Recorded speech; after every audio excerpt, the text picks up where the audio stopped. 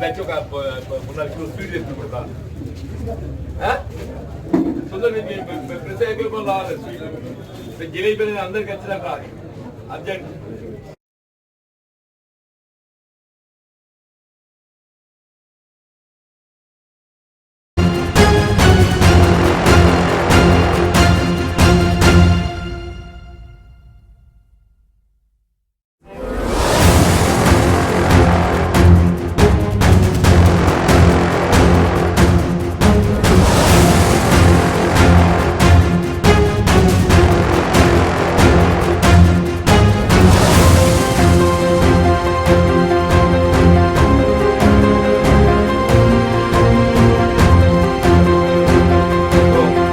జిల్లాలో రైతాంగానికి ఆత్మస్థైర్యం కలిగించే విధంగా భవిష్యత్తులో మిల్లర్ల నుండి ఏ విధమైనటువంటి ఒక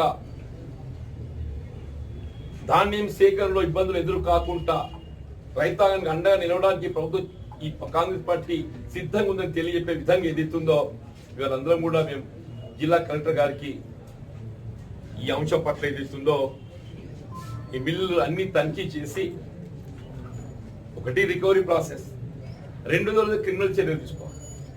సోదరు భవిష్యత్తులో ఏదైతుందో ఇట్లా ఈ విధమైన దోపిడీ గురి కాకుంటున్న ఒక భావంతో వారికి మేము రిటర్న్ గా విజ్ఞప్తి చేసి లక్ష్మణ్ గారి ఆధ్వర్యంలో పేర్కొనడం జరిగింది. అట్లాగే ఏదైతుందో శాండ్ అండ్ ల్యాండ్ గుట్టలు తవ్వెత్తుండ్రా, గుట్టలు అని చెప్పి అంటున్నారు. మొత్తం గుట్టలు తవ్వెత్తుండ్రు, వాగులు నదులన్నీ తవ్వేస్తున్నారు. ఈ అక్రమ మైనింగ్, అక్రమ ఇసుక తరలింపు, ఇప్పుడు నిర్మాణ రంగంలో మనకు కావాల్సిన ఇసుకను అందుబాటులో ఉంచే బాధ్యత జిల్లా అధికార యంత్రాంగంపై ఉన్నది. నిర్మాణ రంగానికి కావాల్సిన ఇసుకను అందుబాటులో ఉంచాల్సినటువంటి ఒక బాధ్యత జిల్లా అధికార యంత్రాంగంపై ఉన్నది. మీరు ఇసుకను అందుబాటులో ఉంచండి, దాన్ని లీగల్ వేగా వాళ్ళకు అవకాశం కల్పించండి. కానీ జిల్లాకి వెళ్ళి ఏదైతుందో ఇతర ప్రాంతాలు తగ్గిపోయేటప్పుడు ఇసుకను మాత్రం నిరూపించాలని చెప్పండి. అట్లా ఈ గుట్టలు తవ్వడం చెప్పండి. గతంలో ఎప్పుడు చూడలేదు చరిత్ర, మట్టిని అమ్ముకునే చరిత్ర ఇప్పుడే గమనిస్తుంది. ఇదివరకు గతంలో ఎప్పుడైనా ఉంటే ఇంత బెందరి కోసం పోసుకుందిరా, ఎవరికి వాళ్ళు ఇల్లు కట్టుకుంటే బెందరి కోసం పోసుకుందాం. Became mafia.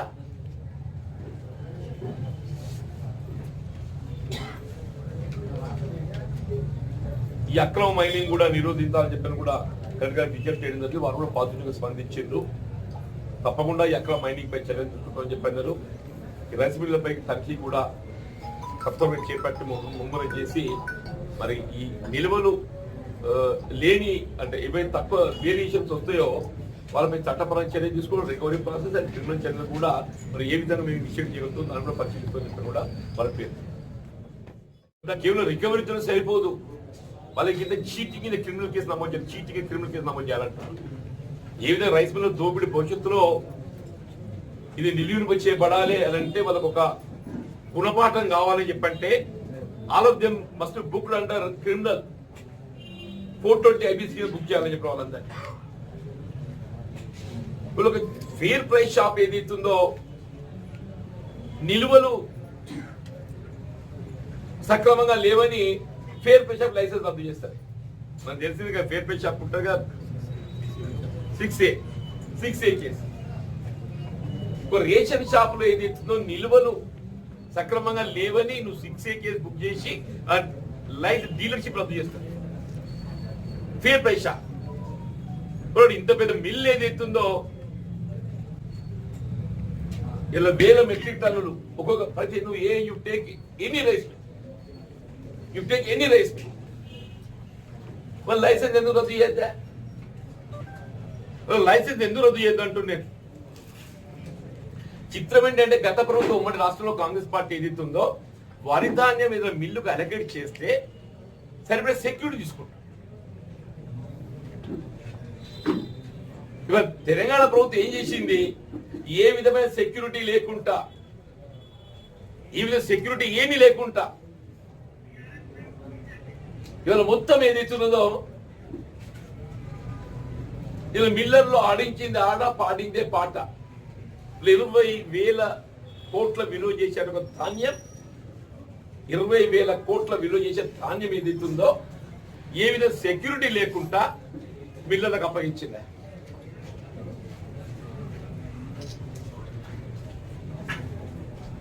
ఇటు రైతాంగాన్ని దగా చేయటం, దోపిడి గురి చేయటం, దానికి సరిపోదన్నట్టు ఏదైతే ఉందో ప్రతి మిల్లు కనీసం ఒక 4 కోట్ల విలువైనట్టు ఒక ధాన్యాన్ని అమ్ముకున్నారు. ప్రతి మిల్లు ఒకటి చెప్పండి, వాడు ఒక మిల్లు ఏర్పాటు చేయాలంటే ఎంత పెట్టుబడి అవసరం పడుతుందో గత ధాన్యాన్ని అమ్ముకున్నారు. ఒక మిల్లు ఏర్పాటు చేయాలంటే ఎంత పెట్టుబడి అవసరం ఉంటుందో గత ధాన్యాన్ని అమ్ముకున్నారని చెప్పండి. మేము ఇక్కడ తెలంగాణ ఒక ఎమ్మెల్యే 2 రాష్ట్రాల ప్రాతినిధ్యం వహించింది ఆయనే. ఈ ఎమ్మెల్యే కానీ ఒకటే రాష్ట్రం ప్రాతినిధ్యం వహిస్తాడు. 2 రాష్ట్రాల ప్రాతినిధ్యం వహించింది సున్నం రాజయ్య గారు. తెలంగాణ రాష్ట్రంలో అక్కడ ఆంధ్ర రాష్ట్రం ప్రాతినిధ్యం వహించింది 2014లో చెప్పండి.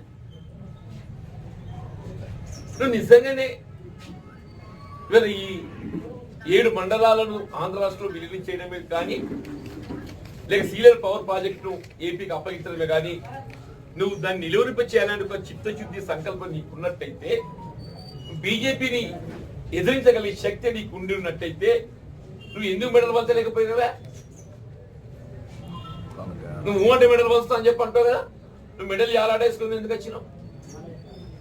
నువ్వు మెడల్ పంచా ఓడివి, మెడల్ ఎందుకు జాలాడేసుకున్నావు అని చెప్పట్టు నేను అంటే ఇదే వినోదరావు గారు పార్లమెంట్ ఉన్నాడు. నిజామాబాద్ గారి కవిత గారు ప్రాతినిధ్యం వహించిందని చెప్పడం అన్నాడు. కేవలం ప్రవేశపెట్టిన బిల్లులు అన్ని కూడా సంబంధించిందని చెప్పి అంటుండే. కాబట్టి ఇకనైనా ఏదైతుందో మన తెలంగాణ రాష్ట్ర ఏర్పాటు మీ వల్ల సాధ్యమైన అంశాన్ని దయచేసి ఉటంకించకండి అంటున్నా. దయచేసి ఉటంకించకండి చెప్పంటున్నా. వాస్తవంగా త్యాగాలతో కూడిన తెలంగాణ రాష్ట్రం కాంగ్రెస్ పార్టీ త్యాగంతో తెలంగాణ రాష్ట్రం ఏర్పడ్డది. కాంగ్రెస్ పార్టీ త్యాగంతో తెలంగాణ రాష్ట్రం ఏర్పడ్డది. శ్రీమతి సోనియా గాంధీ గారి ఏదైతుందో 25 పార్లమెంట్ స్థానాలు కలిగి ఉన్నటువంటి ఆంధ్ర రాష్ట్రంలో కాంగ్రెస్ పార్టీ ఉంగి కోల్పోయి కూడా రాష్ట్రాన్ని ఏర్పరిచిన ఘనత కాంగ్రెస్ పార్టీ సోనియా తల్లి అని చెప్పండి. దయచేసి వినోద్ కుమార్ గారు వాస్తవం గ్రహించాలని చెప్పంటున్నా. వాస్తవం గ్రహించాలని చెప్పంటుండే.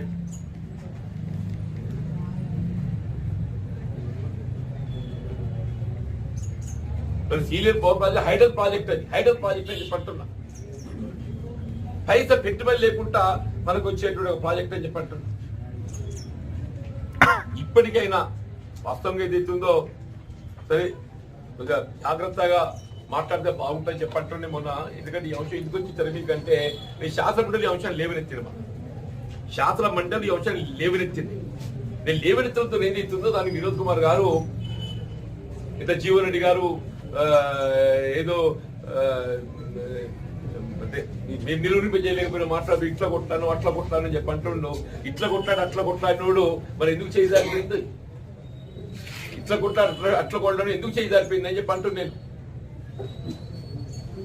తెలంగాణ రాష్ట్రం నువ్వే సాధించినోడు అయితే నువ్వు ఎందుకు పరిరక్షించలేకపోయినావు అని చెప్పి అంటున్నాను. ఇప్పటికైనా వాస్తవం గ్రహించాలని చెప్పంటాను. మాట్లాడబోయే వాస్తవం గ్రహించాలని చెప్పంటాను. నేను దానికి అదనంగా లక్ష్మణ్ కుమార్ గారి ఆధ్వర్యంలో వాళ్ళ నరసింహరావు గారు నేను జిల్లా కలెక్టర్ గారు కావడం జరిగింది. ఇలా వాస్తవంగా ఏదైతుందో ఈ ధాన్యం ప్రొక్యూర్మెంట్ లోపల రైతాంగం ఏ విధంగా దోపిడీ గురి కావడం జరిగింది. తూకంలో ఒకవైపు ఏదైతుందో రైతాంగాన్ని దోపిడీ గురి చేయడంతో పాటుగా ఇలా మిల్లర్స్ ఏదైతుందో అందినగాడి దోసుకోవాలి.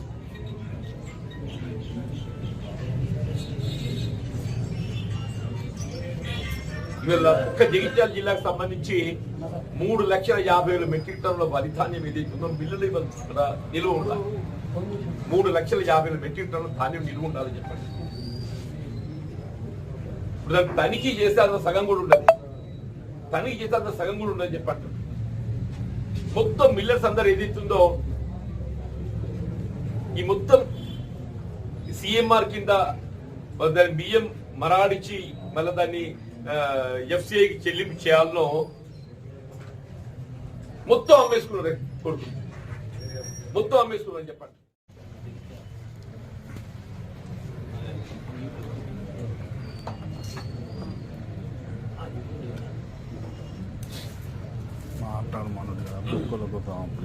ఈరోజు కరీంనగర్ మాజీ పార్లమెంట్ సభ్యులు వినోద్ కుమార్ గారు ఏదైతున్నదో వాస్తవంగా తెలంగాణ రాష్ట్రం ఏర్పడ్డ తదుపరి ఈ రాష్ట్రంలోని అంతర్భాగమైనటువంటి భద్రాద్రి చెందినటువంటి ఒక 7 మండలాలతో పాటుగా Sileru power project, hydro power project Andhra రాష్ట్రానికి అప్పగించబడే విధంగా కేంద్ర ప్రభుత్వం నిర్ణయం తీసుకోవటం, ఇలా రాష్ట్ర ప్రభుత్వం ఏదైతుందో దాన్ని నిలువరింపు చేయడం లోపల సఫలీకృతం కాకపోవటం దాని దురదృష్టకరంగా పేర్కొంటున్నాను చెప్పండి. అంటే ఎందుకు ప్రత్యేకంగా చెప్పాల్సి వస్తుంది చెప్పంటే, మేము అంటే మెడల్ వచ్చి తెలంగాణ సాధించడం చెప్పండి. తెలంగాణ రాష్ట్ర సమితి టీఆర్ఎస్ నాయకులు మాకేం మెహర్బానీ కాదు, మేము కేంద్రాన్ని ఏదైతుందో మేము మెడల్ వచ్చి తెలంగాణ తెచ్చినాం, మా గొప్పతనం చెప్పుకుంటున్నాం.